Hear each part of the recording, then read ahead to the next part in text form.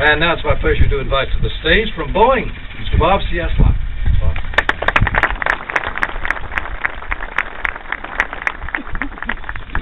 Thank you for that warm welcome, and General Hudson, thank you for inviting me here this morning. I can't think of a better way to arrive to celebrate this very special occasion than to fly on T1, the C-17 Globemaster III aircraft that on September 15th, 1991, ushered in a new era of military and humanitarian airlift capabilities.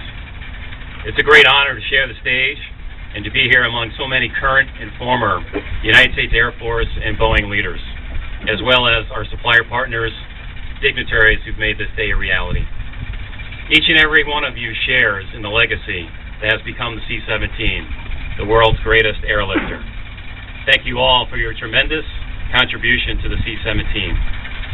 I want to say a special thanks to Colonel Andy Ingram for providing continued strong leadership to the C-17 program and for his ongoing partnership. I also would like to recognize those who made up the flight crew for the historic first flight of T1, including Bill Casey, Boeing Chief Pilot, Colonel George London, retired United States Air Force pilot, Ted Venturini, Boeing Chief Loadmaster, and Henry Vandegraff, Boeing Flight Test Engineer. And you can't miss Boeing, Mr. Vandegraff. He's the guy with the orange flight suit over here.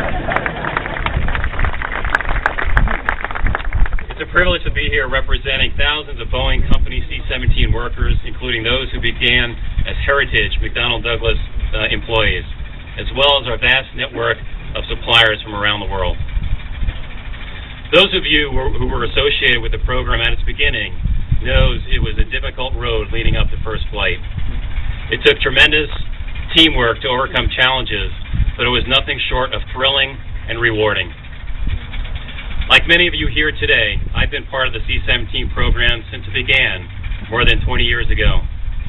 I was working in flight tests in 1988 when production started on T1. One of the highlights of my career was to see T1 take off on its maiden flight, September 15th, 1991. During its years in test, T1 achieved an impressive number of milestones. Let's walk through the amazing journey of the past 247 months. Following the first flight, the next major milestone came 7 months later. It was April 11th, 1992, and T1 had just successfully completed its first in-flight refueling mission. The refueling capability extends the reach at any point in the world, whenever and wherever the C-17 is needed. 2 months later, T1 opened its cargo door and ramp in flight for the first time.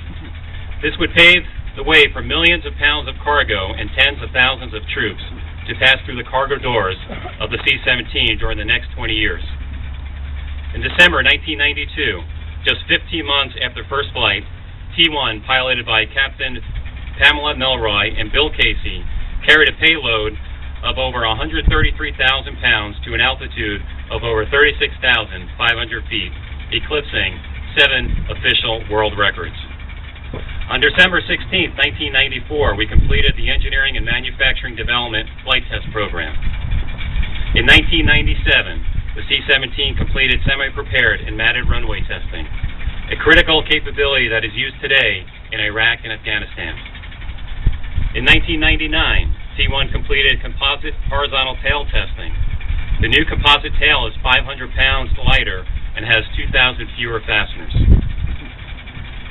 Between 2005 and 2006, the C-17 successfully completed testing for landing on various soils. This translated to a tremendous increase in the capability to utilize the semi-prepared runways. And on September 15th, 2011, T1 returned to the sky over C-17 facility in Long Beach, California, for a reenactment of the historic first flight 20 years before. There was a large group of Boeing employees gathered to cheer it on, much like we're gathered on that day of its very first flight. The C-17 has made its mark on our international partners as well, having been delivered to the United Kingdom's Royal Air Force, Royal Australian Air Force, Royal Canadian Air Force, Qatar Air Force, United Emirates Air Force, the 12-Nation Strategic Airlift Capabilities Alliance, and next year to the Indian Air Force. The C-17 truly makes everyone at the Boeing Company proud and we want you to know that this historic milestone will be part of our memory for decades to come as we watch C-17s perform mission after mission on the world stage. T1 retires today after a long and illustrious career, leaving behind an incredible history and a legacy as the world's greatest airlifter.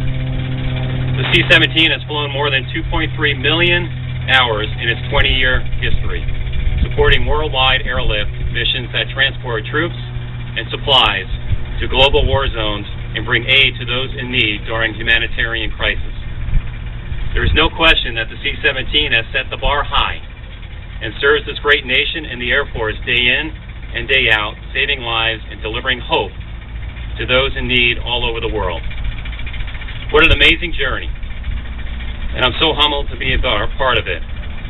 As I flew here on T1 for her final flight, I thought just about how much this aircraft means to me, to the armed forces, to the millions of people around whose lives it has touched.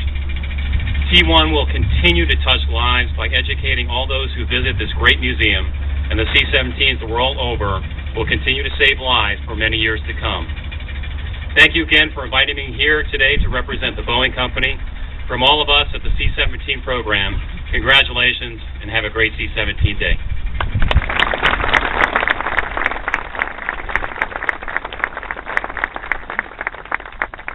And thank you, Mr. Cieslak. Our next guest speaker, Colonel Douglas Jaquish. Colonel.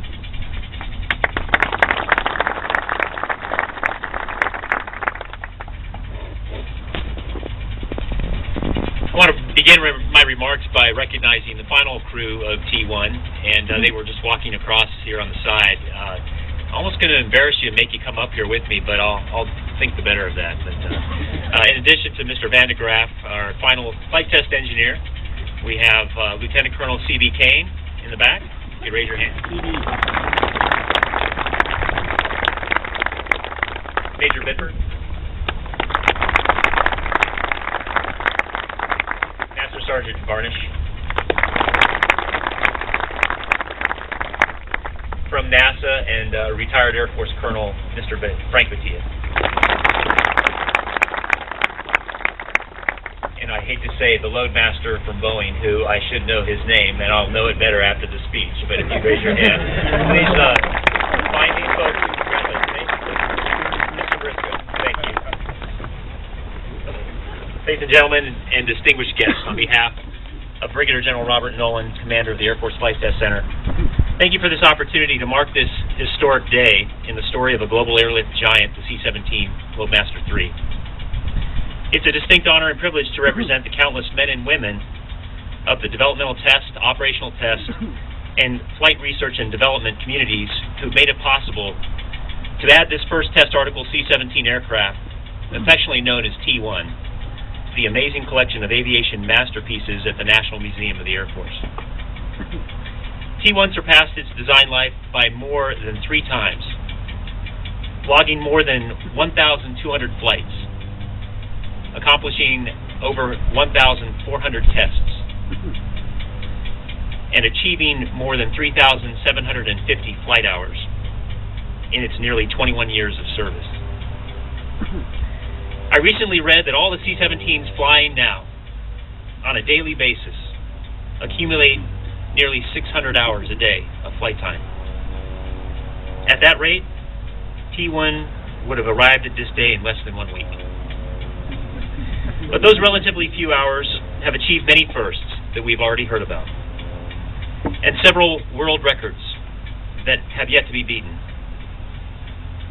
In addition to its payload to altitude records, T1 flew the heaviest single payload extracted from a C-17 just last August, when it dropped an 85,000-pound jumbo drop test vehicle, testing parachute recovery systems for the Ares solid rocket boosters, which represents our next stage back into space for NASA. And while the combined test forces of the C-17 prove the many capabilities of the C-17 fleet with this highly instrumented aircraft, NASA at Dryden and Ames Research Centers also use T1 for flight research in several programs to include throttle-only control, engine health monitoring, noise mitigation arrivals, and in its final ground test, vehicle integrated propulsion research. Yesterday I had an opportunity to spend a few hours over in the museum on the outside the fence side, but also inside the fence is the Presidential and the X-Plane Museum. And I don't know if there ever was an X-17. I doubt that there was ever an XC-17, but NASA has a way of turning things into experimental wonders, and they did so with the C-17. But there's also a lighter side to the C-17 that I should mention. Assigned to Edwards Air Force Base in California's high Mojave Desert, T-1 was both near and no stranger to the silver screen, making Hollywood appearances in numerous superhero movies, to include Transformers, Iron Man, and the yet-to-be-released Superman Man of Steel. In its final test flights, T-1 was achieving new milestones, becoming the first DoD aircraft to test a combination of petroleum-based JP-8, jet fuel, and non-traditional biofuel. So it adds to the nation's efforts in green energy. But truly none of these achievements, and I think Colonel Ingram, you brought this out, none of these achievements belong solely to this venerable aircraft. They all hail the thousands of men and women who designed, built, tested, maintained, supported, and managed T-1 in its prestigious run. I've been privileged to meet just a few of those folks. There are many here today, and many, many more not here with us. One of those would be my older brother Derek, who's still serving in the Pentagon, and someone's come up to me and said, "Hey, you've shrunk." No, I'm just the privileged Jaquish who gets to be on board for the final flight. But he would have been here if he could have been. He served in the program office here in the mid-90s during some very challenging years on the program. But on behalf of a grateful nation, I salute you. T-1 now takes its place among these now silent monuments of aviation, although if we took a moment of silence, I don't think she's done speaking. I think given enough wind, she'll take off and get another touchdown. May all who made her great for global reach go on to make her legacy even stronger. Before I make my final presentation, I just want to say thank you again, and may God bless the United States of America.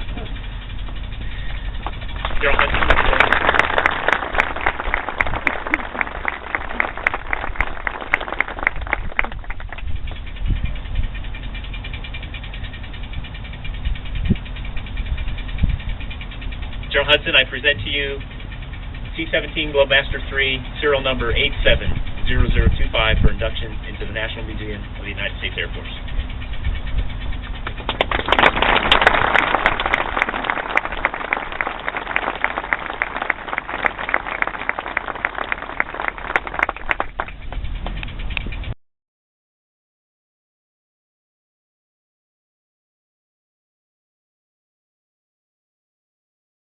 A lot of exhibits that do that, and now we got one more item that will help us accomplish that mission. Some time ago, this really goes back to last year, when we were told that we had the opportunity to get the C17-T1 here, and we took a look at this and we thought, you know what, it's kind of a, you either take the airplane or you don't, and if we don't, and we wait around till an operational one retires, we're all going to be well over 100 years old, and that's a long time to wait. And we said, you know what, there's only one right answer here, and that's to have T1 come here and take its place with all the other artifacts that we have to help us tell the Air Force story and to motivate our youth. And so here we are.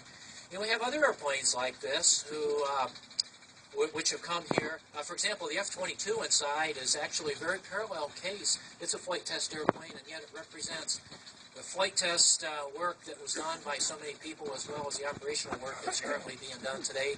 The exact same thing is true for the C-17. And over in the Research and Development Gallery here on base, many R&D airplanes are there telling that story of all the research and development work that was done. So the decision to have T1 come here was actually very straightforward, and we've been awaiting this patiently over time. Many thanks, of course, to AFMC and to Boeing and all the people who were part of the program along the way to enable the work that was done over these many years and to get the airplane here today.